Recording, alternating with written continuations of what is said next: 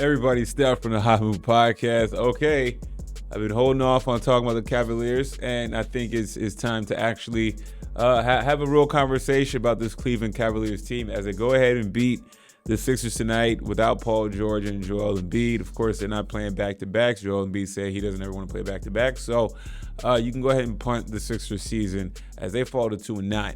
Okay, Cavaliers 13-0, leading the East. And looking like, if not the best team in basketball. Okay. This is not your typical LeBron James Cavaliers team, man. And it's crazy because it's like, is this possibly, a lot of basketball left, so we're just gonna theorize and have some fun with this.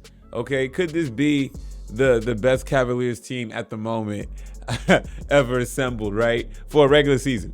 Okay, we're not gonna say LeBron James and compare it. No, because obviously LeBron James dominated the East for almost a decade. We're not getting into all that. But in terms of just a regular season squad, right? I believe there was one year the Cavs with LeBron. I think it was an 2009 season. I think they won 60 games. I'm not sure. I looked that up. It was him and like Mo Williams or whatever. It was just pretty much two-man show. I forget who else was on that. I think Virgil was on that team too. But it's looking like, this Cavaliers squad is built really well. I mean, they got two bigs, two really decent bigs with Mobley and Allen, and probably they have the best backcourt in the NBA, I think, right? I mean, at this point, we can say currently the best backcourt between Darius Garland and Donovan Mitchell, right? I mean, look, I know people are gonna say like Luka and Kyrie. That's a great backcourt, but I'm talking about right now, right? Because and look, Donovan Mitchell definitely didn't have his best game, 9 for 21, but Garland 10 for 16, hell of efficient. Okay, because I'm looking at this how they play together, the efficiency rate between these two guards compared to some of the better backcourts or people who may think are the better backcourts. If you're not going to go too big off of names, I mean, you say a backcourt of Luka and Kyrie, you're like, what? This is better than them? And I'm not saying these players are better than them, but this tandem is looking like it's working better at this current juncture, man. So, look, I don't, Cavalier fans should definitely be excited, thrilled. At the end of the day, you always want to have hope for your team, and I don't think Cavalier fans expected this quick of a turnaround from last season, and up to a very hot start with their coach Kenny Atkins or whatever, doing a great job. Okay, looking like coach of the year type of candidate coming in year one after Bickerstaff gets fired. Okay, I thought Bickerstaff was doing some good things, and he got fired and he's got a job at Detroit, and it looks like he's slowly turning that program around out there.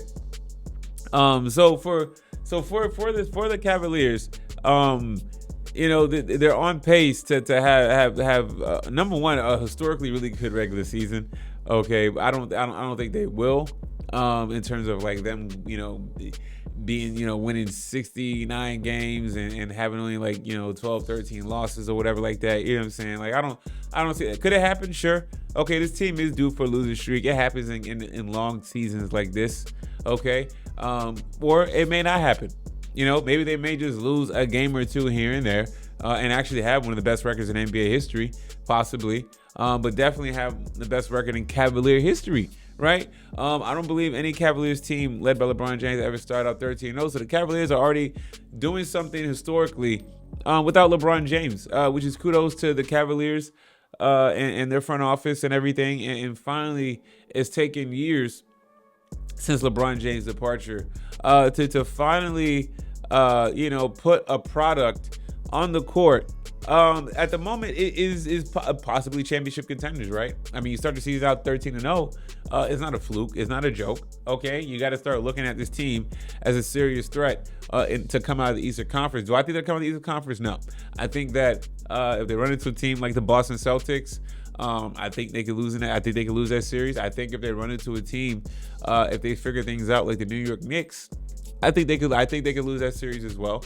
You know what I'm saying? A healthy Magic team with Banchero, okay, could cause some problems, right? Okay, so of course the Cavaliers probably will be favored in that series, except for probably the Celtics series. They'll be favored in every other series if they finish out with a top one seed in the Eastern Conference. They'll be favored in all their series except the series against the Boston Celtics. So 13-0 is a great start.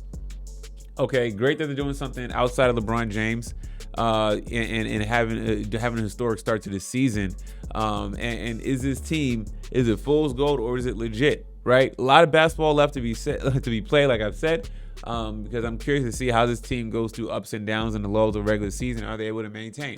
Okay, so I got my eyes now more focused on the Cavaliers. Donovan Mitchell's playing really well. Okay, Garland playing really well. Okay, they're getting decent contributions off the bench.